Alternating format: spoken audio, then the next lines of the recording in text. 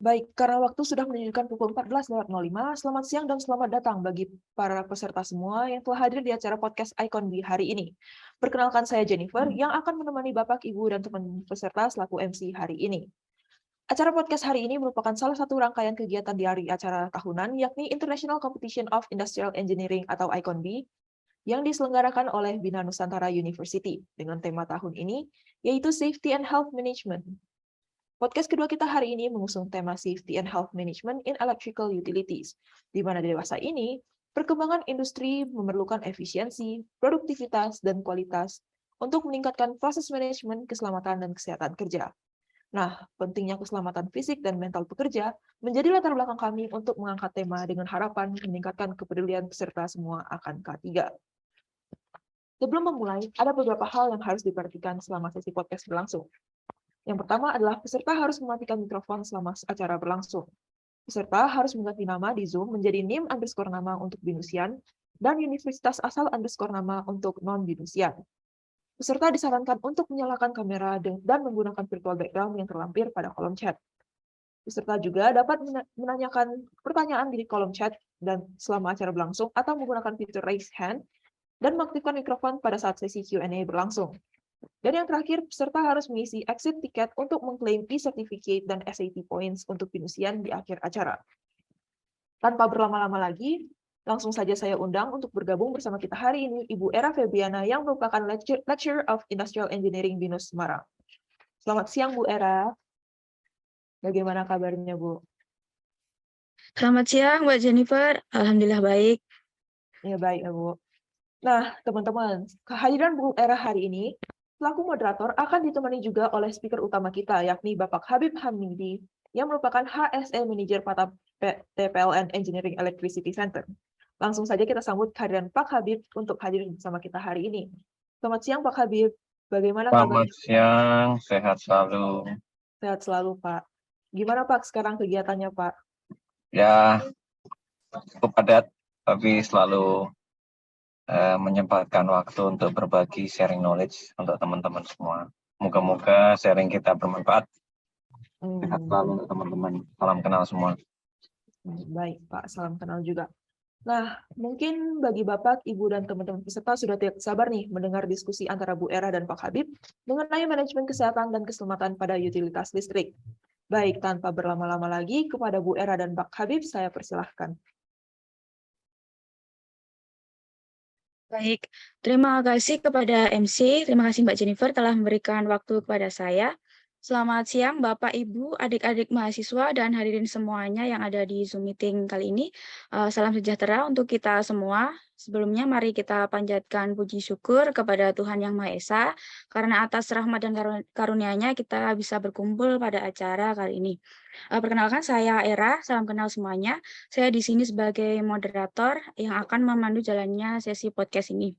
Sebelum kita mulai sesi podcast-nya, izinkan saya menyampaikan sedikit pengantar ya. Jadi tema podcast kali ini adalah Safety and Health Management in Electrical Utilities. Jadi penting bagi suatu perusahaan untuk meningkatkan prosesnya begitu ya, melalui manajemen keselamatan dan kesehatan kerja. Karena seperti yang kita ketahui banyak bahaya yang terjadi di industri yang dipengaruhi berbagai faktor di lingkungan industri yang bisa berkontribusi terhadap tingkat cedera dan kematian gitu ya.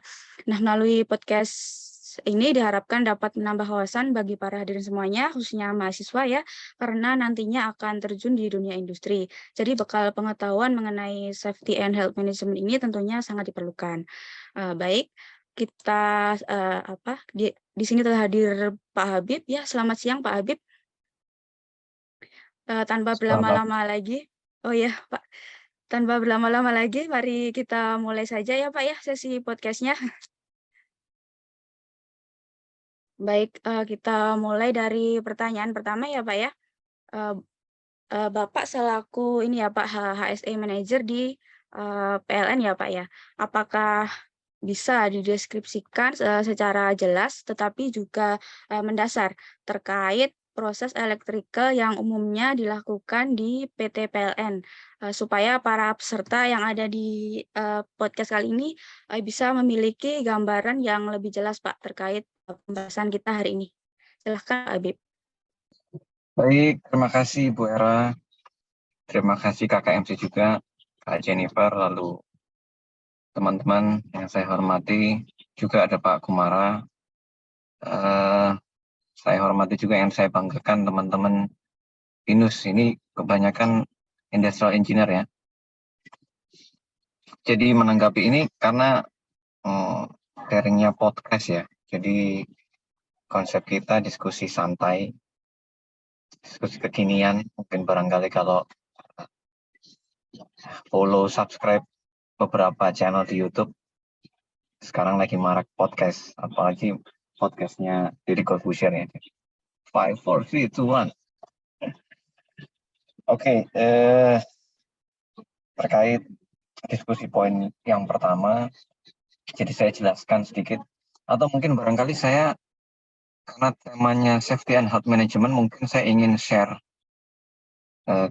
teman-teman panitia bisa share ya. Jadi kami di PLN sebelum memulai kegiatan, kami selalu putar safety induction. Jadi ini contoh komitmen kami untuk mendukung kesehatan dan keselamatan kerja, untuk karena dulunya sering kita offline ya, ini kita sering online. Jadi mungkin sekitar 2,5 menit saya coba share screen contoh video kami untuk safety induction. Bisa ya saya share screen di sini ya? Ya, silakan Bisa, Pak. Pak. Siap, bentar saya siapkan videonya. Oh, sorry.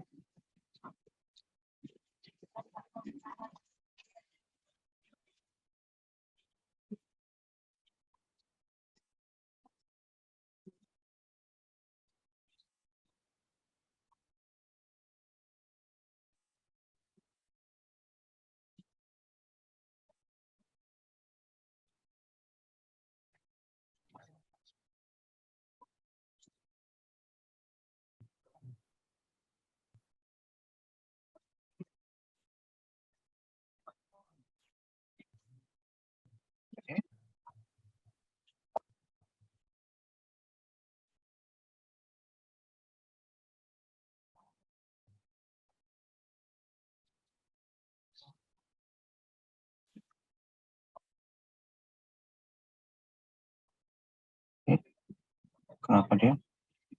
Sudah kelihatan belum teman-teman ya? Pak. Sudah kelihatan? Belum? Belum. Belum, Pak. Oh iya, belum. Belum kelihatan, Pak. Oke, sebentar. Oke, ya.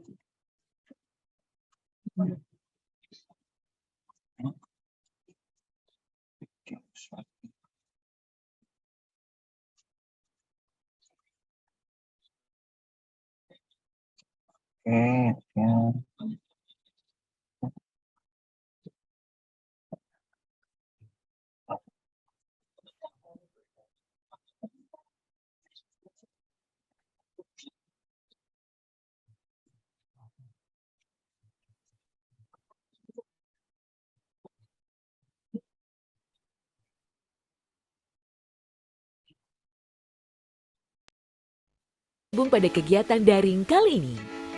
Sebelum memulai kegiatan, sesuai dengan peraturan keselamatan kerja, marilah kita perhatikan safety induction berikut dalam melakukan kegiatan daring agar terhindar dari ketidaknyamanan atau cedera selama bekerja secara daring. Mari perhatikan hal-hal sebagai berikut. Pertama, apabila kegiatan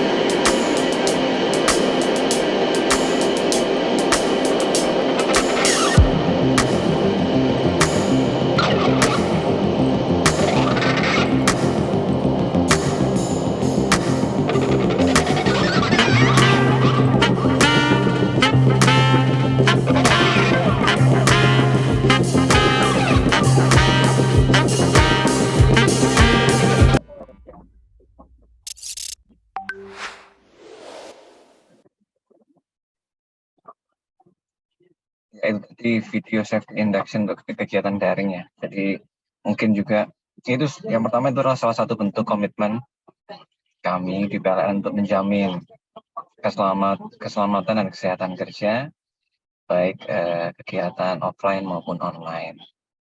Dan itu mungkin salah satu materi pembahasan atau materi perkuliahan di teman-teman ya. Jadi ini prakteknya sedikit banyak seperti itu. Saya kembali ke konteks pertanyaan tadi yang pertama. Mungkin saya izin share whiteboard di sini.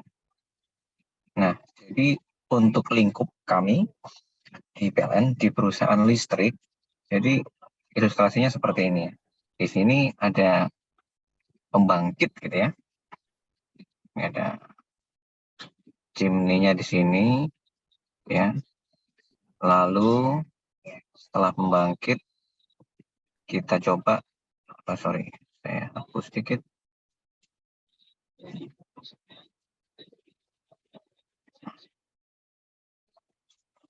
Dari pembangkit ini akan disalurkan ke sisi transmisi.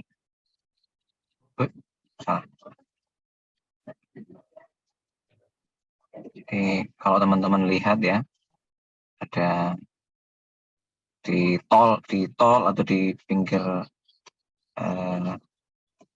kota gitu ya. Nah, ini disalurkan gitu ya.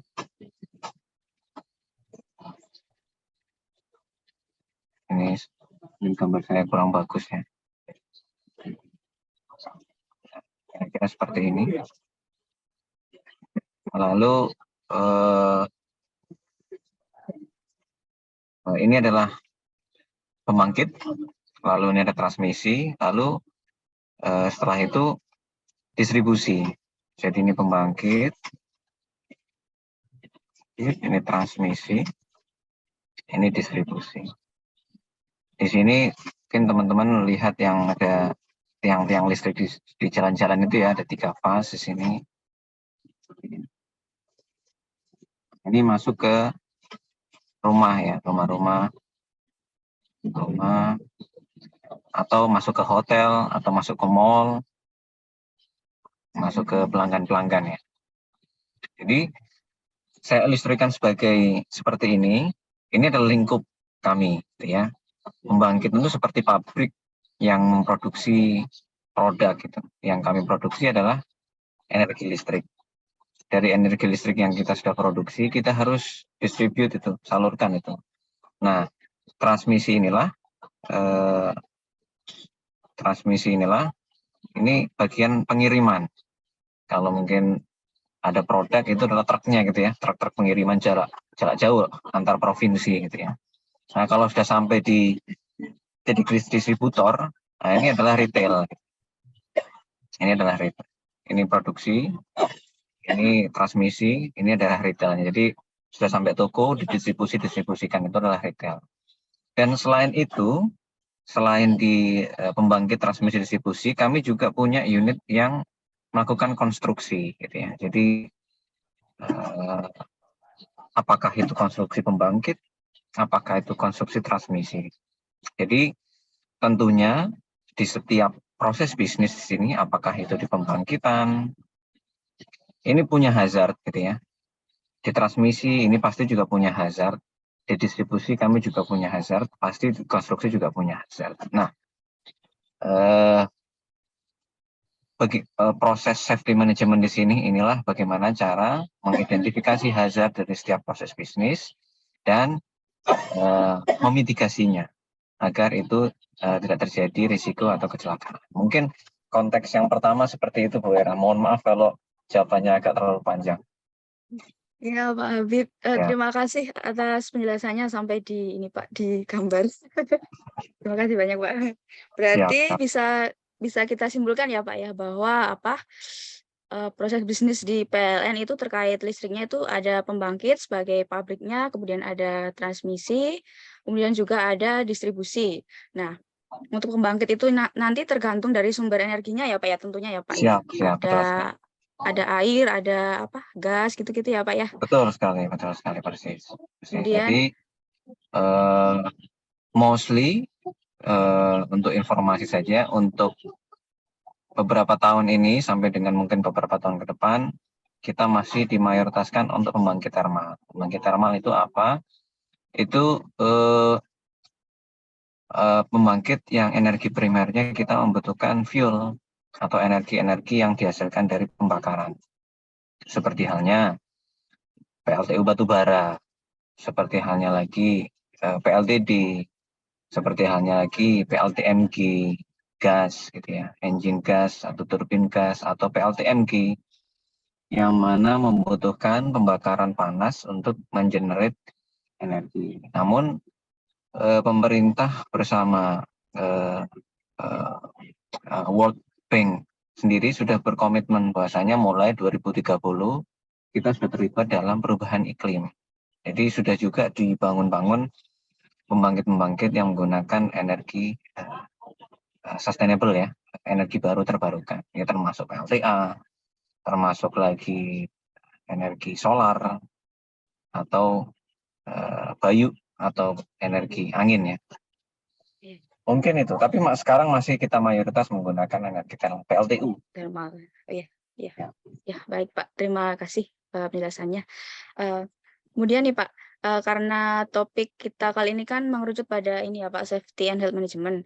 Apakah Pak Habib bisa menceritakan terkait penerapan safety and health management pada proses-proses yang dilakukan di PT PLN Pak?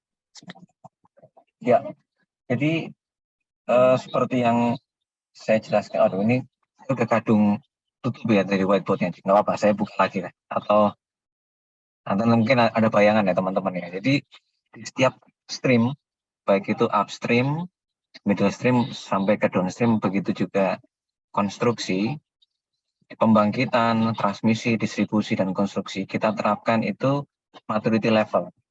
Jadi maturity level K2, K3. K2 itu adalah keselamatan ketenaga listrikan. K3 itu ya yang teman-teman ketahui bersama ya, keselamatan kesehatan kerja. Jadi di maturity itu level itu ada beberapa aspek, ada 7 aspek yang kita nilai. Nah, dari setiap aspek itu sebenarnya ada item-item yang mereka setiap unit bisnis itu harus fulfill, seperti halnya sertifikasi SMK 3. Lalu bagaimana mereka mengintegrasikan SMK 3 dengan ISO. Lalu kita juga ukur juga penerapan mereka mengimplementasikan CSMS atau Contractor Safety Management System. Kita nilai juga bagaimana konsistensi mereka melakukan inspeksi atau sidak mendadak inspeksi K3. Berikut juga penerapan HIRA-DC, HIRA Hazard Identification, Risk Assessment Recontrol, JSA, Job Safety Analysis, sampai dengan konsistensi rapat B2K3. Dan itu semua kita masukkan ke dalam maturity level, yang mana itu dinilai setiap per semester. Jadi per semester mereka sudah kita berikan guideline ya, berupa maturity level itu, mereka susun program kerja setiap triwulan, semester, dan tahunan. Nah, kami di korporasi mengakses bagaimana implementasi maturity level mereka setiap semester. Kita nilai untuk kita jadikan indikator kinerja mereka, KPI mereka, Key Performance Indicator dalam hal safety and health management. Kira-kira seperti itu, Bu ya. Oh iya, baik. Sudah cukup menjelaskan ya Pak ya, terkait rasa penasaran kami gitu. Kemudian berikutnya nih Pak, dalam safety and health management itu kan ada yang namanya kegiatan preventif dan korektif ya Pak ya. Kalau preventif kan tujuannya untuk mencegah terjadinya kecelakaan. Sedangkan untuk yang korektif tujuannya itu mengidentifikasi akar masalah dan juga menindaklanjuti masalah tersebut. Nah, boleh diceritakan nih Pak, apakah safety and health management di PLN ini sifatnya lebih ke preventif atau ke korektif ya Pak ya? Baik, terkait maturity level yang sempat saya mention di poin sebelumnya, sejujurnya itu lebih ke preventif ya Bapak Ibu atau teman-teman sekalian. Jadi ketujuh aspek itu berikut dengan breakdown-nya itu lebih arahnya preventif atau pencegahan, walaupun ada juga beberapa metode yang untuk kita persiapan korektif. Tapi itu secara umum itu lebih ke preventif atau bagaimana caranya teman-teman di setiap unit bisnis itu memitigasi adanya kecelakaan. Tapi di safety and health management yang diimplementasikan PLN itu kita tidak hanya berbicara tentang preventif, tapi juga ada korektif atau tindakan-tindakan yang harus kita lakukan jika terjadi resiko atau kecelakaan. Jadi, dan keduanya itu kita nilai. Baik maturity level, itu kita nilai setiap semester dan setiap tahun. Namun jika terjadi kecelakaan, kita juga ada kinerja tentang kepatuhan atau compliance kepatuhan. Jadi, begitu itu ada kecelakaan, kita istilahkan itu kinerja kepatuhan. Jadi itu kita harus investigasi, baik unit berkolaborasi dengan korporasi, P2K3 korporasi. Itu harus dilakukan investigasi. Pertama, jika terjadi kecelakaan, harus diadakan recovery pastinya ya, recovery atau pemulihan. Atau kalau itu sifatnya kecelakaan instalasi atau kebakaran, harus dilakukan respon tanggap darurat atau pre-incident planning.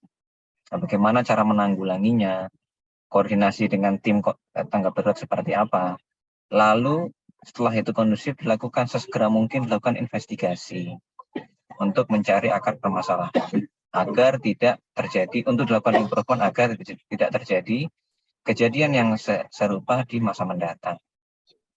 Lalu selain itu ada juga jika tidak terjadi kecelakaan, kami juga lakukan tindakan-tindakan korektif jika terdapat temuan. Jadi tadi sempat saya singgung di poin sebelumnya, maturity level, itu ada inspeksi K3. Pastinya setiap inspeksi itu ada temuan. Ada unsafe act, ada unsafe condition, nah itu harus direkam dan di-close. Nah, itu juga termasuk tindakan korektif. Jadi both, kita bicaranya both, tidak hanya preventif, tapi juga kita berbicara korektif, dan itu keduanya kita nilai dalam safety and health management di korporasi. Itu kira-kira Bu ya. Oh iya, baik Pak. Terima kasih penjelasannya. Berarti memang semuanya dikonsider gitu ya Pak ya, baik preventif maupun korektif agar proses pengelolaan safety and health itu berjalan dengan optimal gitu ya Pak ya. Betul sekali. Kita masuk ke pertanyaan selanjutnya ya Pak ya. Masalah safety and health management itu kan khususnya di electrical utilities ini kan tentunya tidak hanya perlu diwaspadai dari dalam pihak PLN gitu ya Pak. Nah, bagaimana pihak health safety and environment dari PT PLN ini dapat mengatur penerapan arus listrik terutama dalam skala besar nih Pak, seperti pada fasilitas negara, agar nantinya dapat menjaga keselamatan para masyarakat gitu Pak. Ya, betul, baik. Jadi sekarang pun dari total energi yang terpasang per tahun 2021 kita bicaranya sudah gigawatt ya, skala gigawatt. Kita bicara konteksnya kalau kita bandingkan dengan Singapura, Thailand, Malaysia, itu barangkali Indonesia ini sudah 5 kali lipat gitu lah ya. Kita bicaranya konteks memproduksi dan menyalurkan, mengoptimalisasi energi skala besar. Dan itu diatur dalam ESDM, peraturan ESDM, Permen ESDM nomor 10 tahun 2021 tentang keselamatan ketenaga listrikan. Nanti boleh teman-teman download, nomor peraturannya adalah Permen ESDM nomor 10 tahun 2021. Tanggalnya kalau tidak salah 18 Mei tahun 2021. Apa itu isinya? Itu isinya adalah keselamatan ketenaga listrikan. Jadi dari regulator eksternal sendiri, pemerintah sudah concern melihat bahwasanya ini ada risiko di setiap proses bisnis ketenaga listrikan, baik tadi pembangkitan, transmisi, distribusi, baik itu juga konstruksi, itu pasti ada resiko dari setiap proses bisnisnya. Bagaimana itu diregulat untuk menjamin keselamatan bagi masyarakat yang ada di sekitarnya. Nah, dari Permen ESDM 10 tahun 2001 itu kami di PLN membuat peraturan internal. Jadi pedoman keselamatan kerja keselamatan instalasi dan keselamatan masyarakat umum yang kita tuangkan dalam bentuknya Perdir ya, peraturan direksi. Dan itu isinya memang tadi ya, bagaimana cara kita memastikan setiap proses bisnis, jika itu pembangkitan, bagaimana kita memitigasi supaya tidak terjadi katakanlah ledakan yang explosion wave-nya itu bisa mencederai masyarakat. Bagaimana transmission line yang prosesnya itu aman, andal, dan ramah lingkungan bagi masyarakat. Jadi bukan hanya keselamatan instalasi sendiri ya, tapi kita juga mengukur di Perdir tadi, Perdir tentang keselamatan instalasi dan keselamatan masyarakat umum ini, konsepnya itu adalah 4. Aman, andal, 3 ya, aman, andal, dan ramah lingkungan. Aman, andal, selamat, dan ramah lingkungan. 4, sorry. Keempat poinlah yang harus dikonsider di setiap proses bisnis yang kami lakukan. Dan selain itu, selain di Perdir tadi yang saya sebutkan, keselamatan instalasi, keselamatan masyarakat umum, keselamatan kerja, di maturity level pun kita consider bagaimana mereka menjamin keselamatan masyarakat umum. Jadi kalau kita ditanya tentang komitmen tadi ya dari Permen ISDM, kita sudah turunkan menjadi peraturan-peraturan internal, juga maturity level untuk menjamin setiap proses bisnis itu harus andal, selamat, aman, dan ramah lingkungan. Kira-kira itu. Oh ya, baik. Berarti memang keselamatan masyarakat umum itu juga diperhatikan gitu ya, Pak ya. Untuk apa? Berdasarkan pengalaman Pak Habib gitu ya, apakah ada menyediakan prosedur safety and health bagi para masyarakat gitu ya Pak ya, untuk menggunakan listrik, atau mungkin ada sosialisasi gitu Pak? Betul sekali. Jadi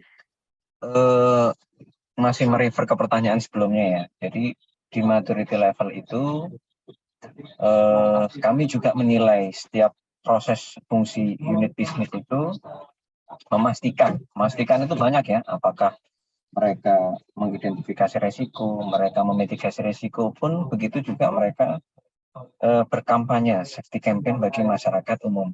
Ini menarik, saya juga ingin coba share, kami pernah, mungkin teman-teman pernah lihat di YouTube ya, tentang kampanye tentang keselamatan masyarakat umum.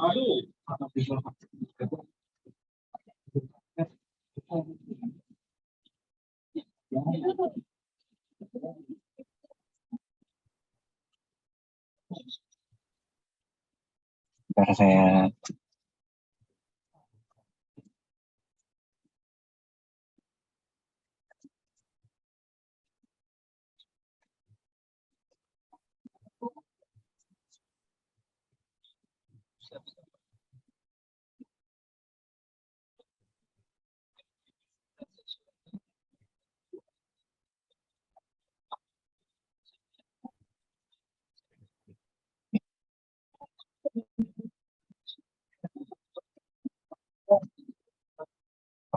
ya.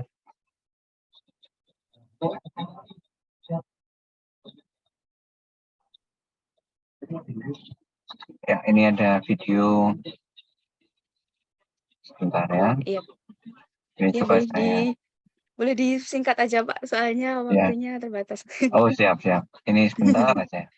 Siap. Listrik. Jadi contohnya listrik seperti ini. Sangat penting untuk kehidupan sehari-hari kita.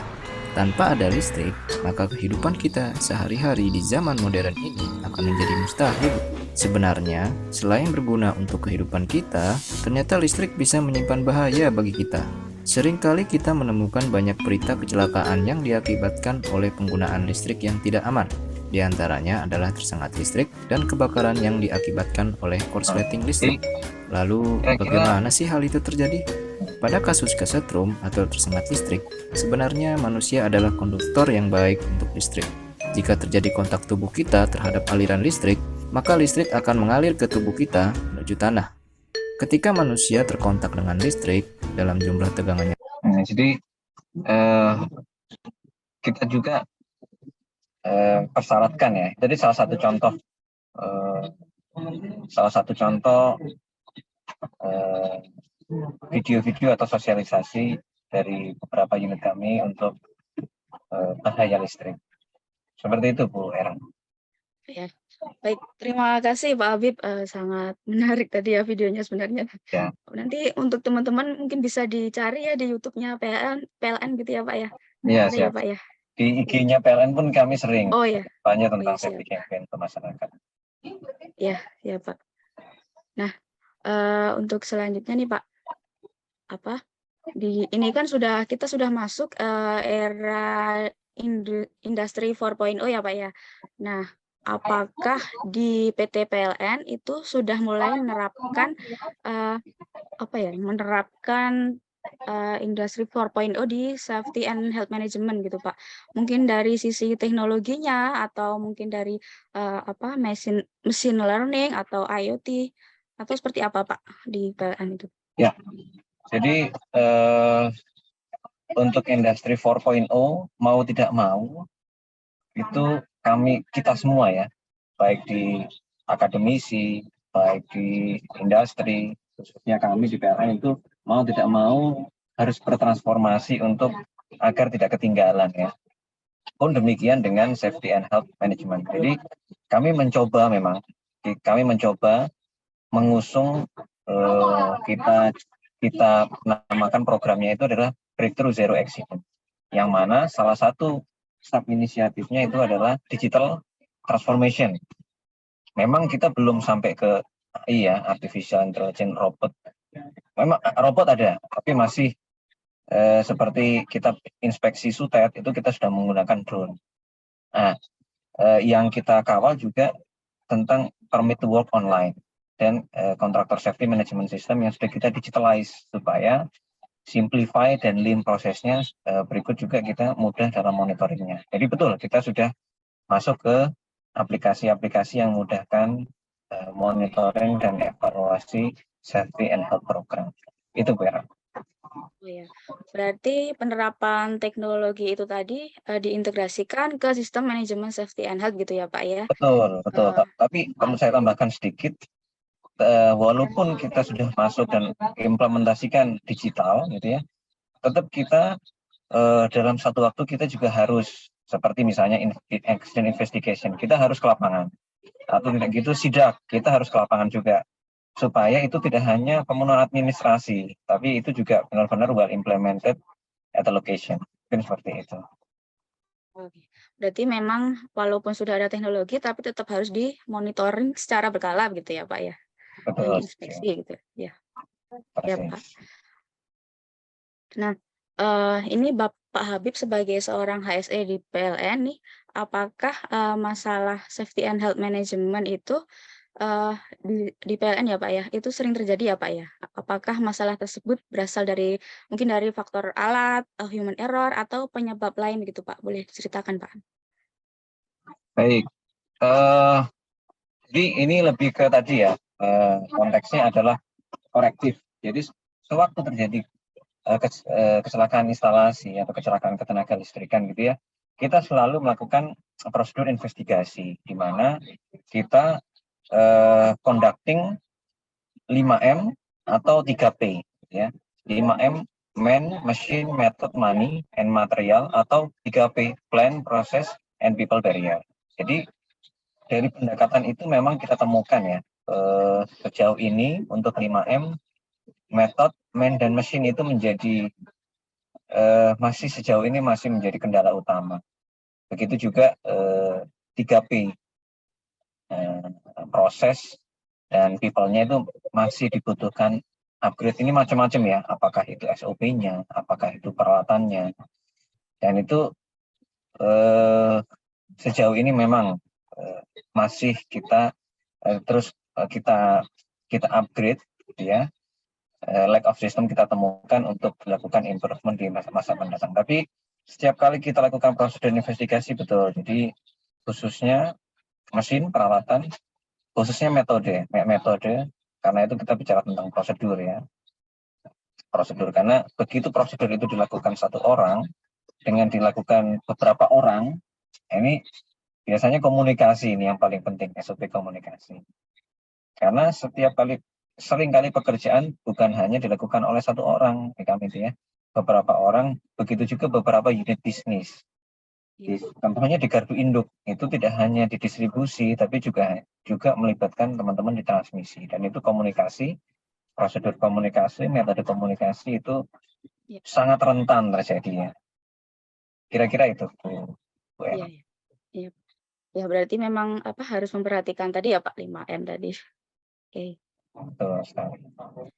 Nah, ini kan peserta podcast kita ini kan kebanyakan mahasiswa ya Pak ya. Nah, menurut Bapak nih Pak, untuk para fresh graduate gitu, khususnya teknik industri, apakah mayoritas tuh sudah dibekali pemahaman yang baik gitu Pak tentang safety and health management, ataukah dari kami dari perguruan tinggi gitu ya Pak perlu meng-highlight lagi soal permasalahan safety and health management gitu Pak? Baik, terus terang saya agak kudet ya kalau untuk silabus perkuliahan untuk saat ini. Tapi sependek pengetahuan saya, mungkin 4-5 tahun yang lalu untuk industrial engineer, mungkin barangkali untuk chemical engineering juga, dan juga public health ya, itu sudah cukup banyak materi-materi tentang safety and health management. Mungkin akan langkah baiknya semua jurusan mungkin di perkuliahan, di akhir-akhir perkuliahan ada juga perlu juga diberikan mata kuliah entah opsional atau seperti apa yang mana itu terkait safety and health management, karena di setiap proses yang setelah kita pasti teman-teman fresh graduate ini lampaui, di situ ada resiko dan itu harus teman-teman deal with it dan teman-teman harus bisa memitigasinya. Apapun itu prosesnya. Mungkin seperti itu. Terima kasih Pak insight dan masukannya. Ya Pak, kami dari Prodi Teknik Industri BINUS University ini kan sedang mengadakan kompetisi ICON-B ya Pak ya. Termasuk podcast ini kan rangkaian acara dari kompetisi ICON-B gitu Pak. Nah, seperti yang telah dipaparkan oleh Mbak Jennifer tadi, sudah diceritakan ya ICON-B seperti apa. Nah, kebetulan kita memang mengangkat topik safety and health management, Pak. Nah, bagaimana pendapat Pak Habib terkait diadakannya kompetisi ini, Pak? Sangat positif sekali ya, teman-teman. Ini ICON EB podcast, apalagi ini namanya tentang safety and health management. Jadi ini kegiatan-kegiatan yang sangat positif dan perlu di-maintain, kalau perlu ditingkatkan ya, dari sisi prinsip, konsep, dan pastinya konten acaranya. Jadi, dan ini pun bisa menjadi campaign ya bagi semua stakeholder yang terlibat, seperti halnya sekarang PLN. Nah, ini juga menjadi ajang campaign juga kami melakukan safety and health campaign. Begitu juga ICON, BINUS menjadi platform yang menyediakan platform. Ini sangat positif. Saya harap terus konsisten dan dikembangkan dari sisi kontennya. Berikut juga tema-tema yang dipilih. Ya, baik Pak, terima kasih atas masukannya. Ini pertanyaan terakhir nih Pak. Apa saran dan masukan Bapak untuk para mahasiswa dan peserta podcast kali ini Pak, yang nantinya ingin berkecimpung di dunia safety and health management, khususnya di bidang electrical utilities gitu Pak? Ya baik, mungkin ada 2 poin plus 1 ya yang saya highlight di sini. Dua poin yang pertama itu adalah mungkin bukan hanya di electrical utilities saja, di semua industri. Apakah itu nanti teman-teman akan masuk di startup, apakah teman-teman masuk di manufacturing industry, energi utilities. Yang pertama adalah kompetensi. Pastinya kompetensi itu terdiri dari knowledge, skill dan attitude ya, yang harus terus diasah dan jangan bosan-bosan untuk belajar. Nah, lalu yang kedua adalah yang sangat penting juga itu adalah networking. Seperti halnya saya dengan Pak Raka, mungkin saya dengan Bu Era. Ini saya harap pertemuan kita kali ini bukan akhir dari segalanya gitu ya. Kita terus bisa berkomunikasi, bertukar pikiran, dan karena tidak ada ruginya, bahkan ada banyak manfaatnya. Itu dari dua. Jadi knowledge, kompetensi, skill, dan yang satu lagi saya membahasakan terus spiritual kita ya. Kita terus mendekatkan diri kepada yang di atas dan jangan lupa minta restu pada orang tua. Itu. Baik, terima kasih Pak Habib atas saran dan masukannya. Sangat bermanfaat sekali ya apa yang dipaparkan Pak Habib pada podcast kali ini. Mungkin selanjutnya kita masuk ke sesi Q&A ya, sesi tanya jawab. Bagi para hadirin yang ingin mengajukan pertanyaan, silahkan mengajukan melalui chat atau bisa langsung raise hand. Silahkan.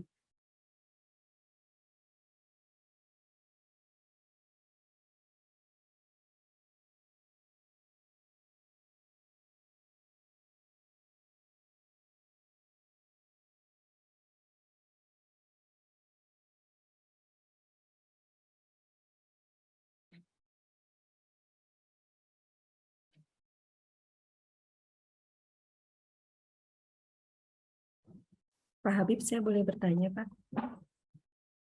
Siap, silakan.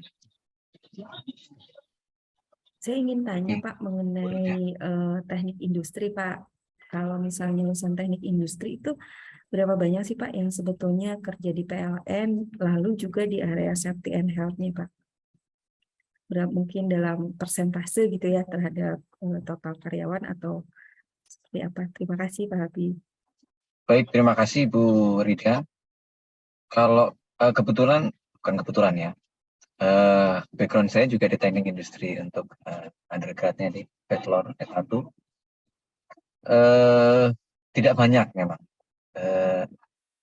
karena sependek pengetahuan saya teknik industri itu kalau angkatan kami dulu itu multidisiplin ya. Jadi saya mengibaratkannya teknik industri itu kolam renang yang sangat luas. Kita punya banyak air, tapi kolam renang itu mungkin barangkali maksimal 4 meter lah ya. 4 meter atau 3 sampai 4 meter. Dibandingkan dengan teknik kimia, teknik fisika, teknik mekanikal, mungkin barangkali radiusnya itu seperti halnya sumur ya. Dia hanya radiusnya 2 meter, tapi kedalamannya mungkin bisa jadi 10 meter.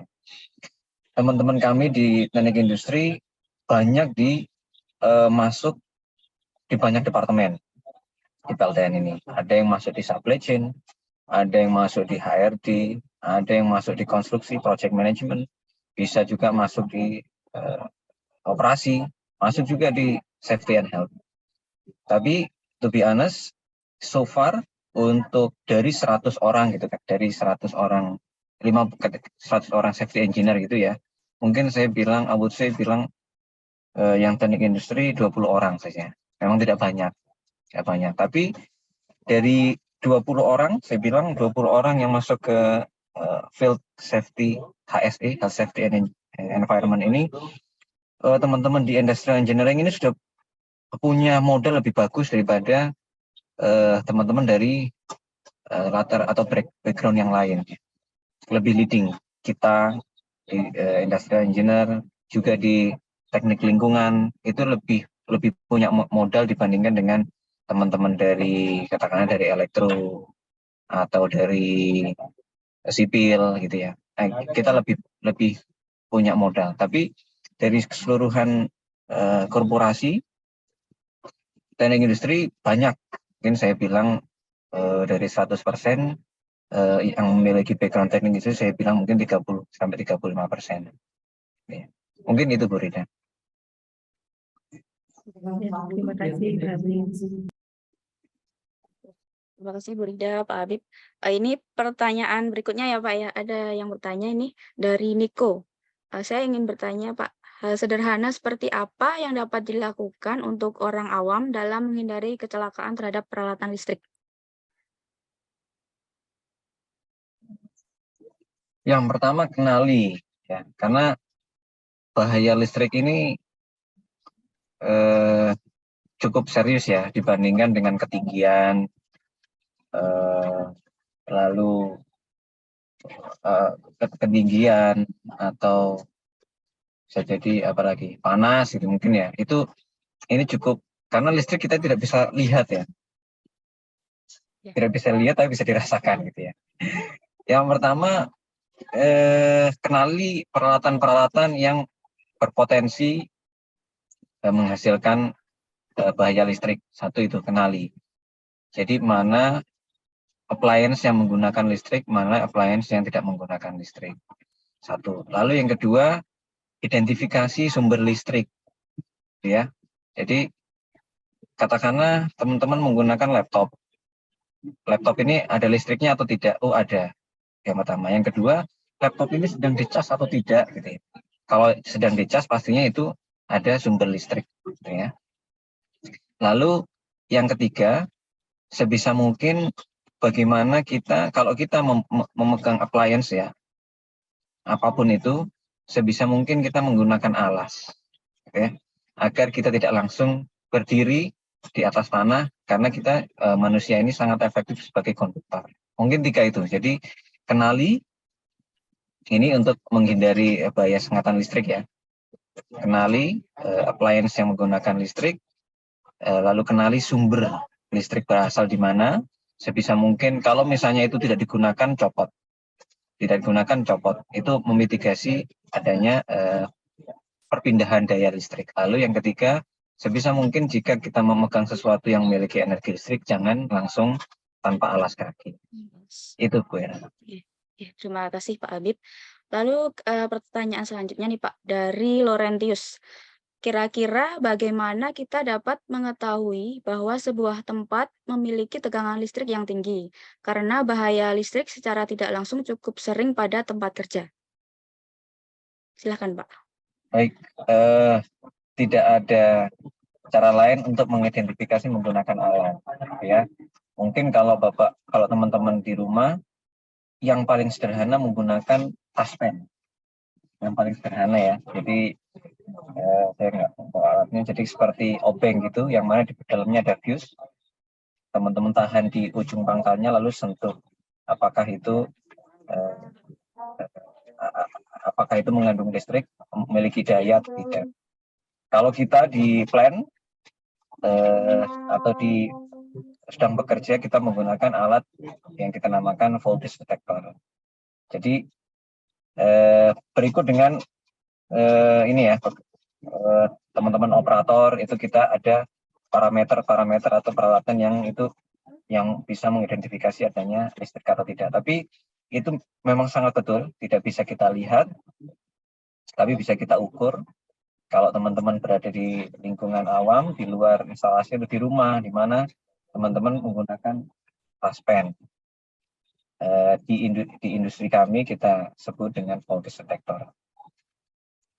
Mungkin tentunya kalau di instalasi banyak mesin-mesin atau peralatan yang bisa mengidentifikasi. Bukan hanya mengidentifikasi, tapi kita mengukur gitu ya, bagaimana, berapa arusnya, berapa tegangannya, berapa beban yang kita kirim, itu kita termonitor dalam peralatan kita. Baik. Itu Bu ya. Baik, terima kasih Pak Habib. Kebetulan juga waktunya sudah habis ya Pak ya. Jadi sesi tanya jawab saya cukupkan sampai di sini ya untuk para hadirin sekalian. Terima kasih Pak Habib atas penjelasannya dan informasinya. Semoga apa yang disampaikan oleh Pak Habib itu bermanfaat bagi kita semua ya. Terima kasih juga kepada Bapak Ibu dan adik-adik mahasiswa. Saya mohon maaf apabila ada kesalahan selama jalannya acara ini.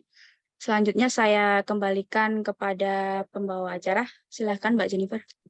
Baik, karena sesi Q&A telah berakhir, pasti rasa keingintahuannya mengenai keselamatan kerja pada utilitas listrik dari Bapak, Ibu, dan peserta sekalian sudah cukup terjawab ya. Nah, mungkin aku ingin mengucapkan banyak terima kasih kepada Pak Habib selaku speaker pada siang hari ini dan Bu Era atas perbincangan hangat dan amat bermanfaat pada hari ini. Semoga bisa meningkatkan kepedulian teman-teman peserta mengenai pentingnya keselamatan fisik dan mental pekerja, terlebih lagi mengenai utilitas listrik. Mungkin dalam rangka menutup perjumpaan kita kali ini kurang lengkap jika tidak ada sesi dokumentasi. Maka dari itu diharapkan bagi Bapak atau Ibu serta teman-teman peserta untuk menyalakan kamera karena akan segera dilakukan sesi dokumentasi oleh panitia.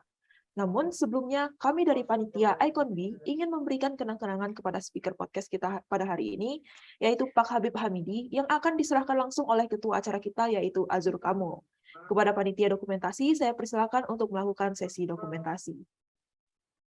Selamat siang kepada Pak Habib dan juga Bu Era, juga kepada peserta lain semuanya. Kenalkan, saya Dominic Justin sebagai panitia dokumentasi yang akan membantu sesi dokumentasi ini. Jadi untuk pertama-tama, saya akan melakukan dokumentasi untuk plakat yang akan diberikan kepada Pak Habib.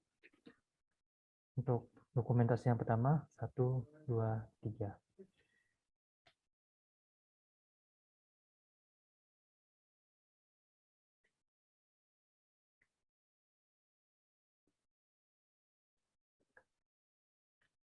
Untuk yang kedua, plakat yang diberikan untuk kepada Ibu Era.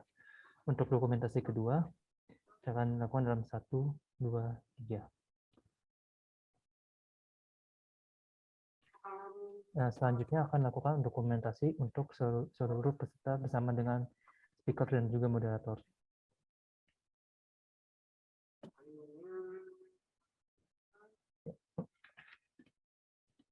Untuk halaman yang pertama, 1, 2, 3.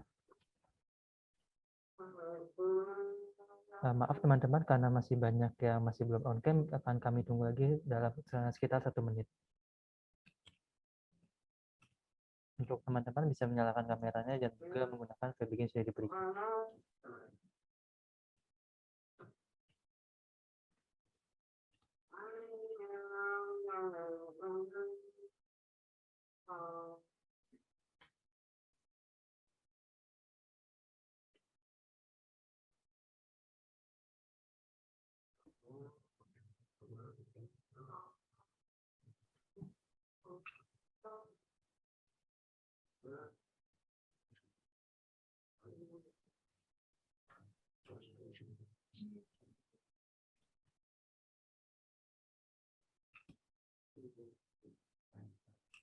Ya, teman-teman, untuk sesi dokumentasinya akan dimulai kembali.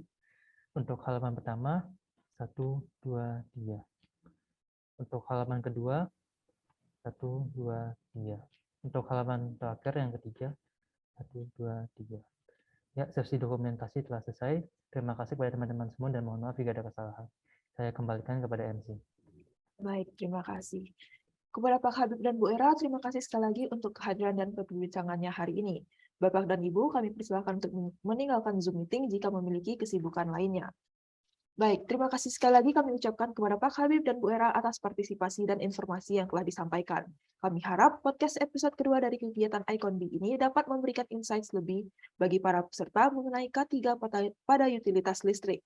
Apabila teman-teman tertarik dengan podcast mengenai safety and health lainnya, Icon B juga mengadakan podcast episode ketiga yang dapat dilihat langsung pada Instagram @icon.binus.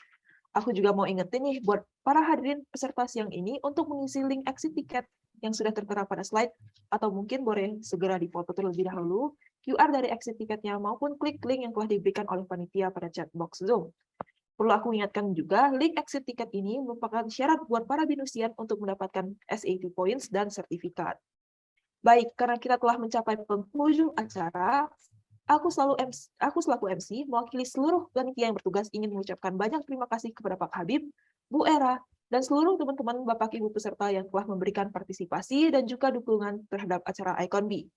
Aku Jennifer, selaku MC, pamit undur diri, selamat siang, dan sampai jumpa di kegiatan Icon B lainnya.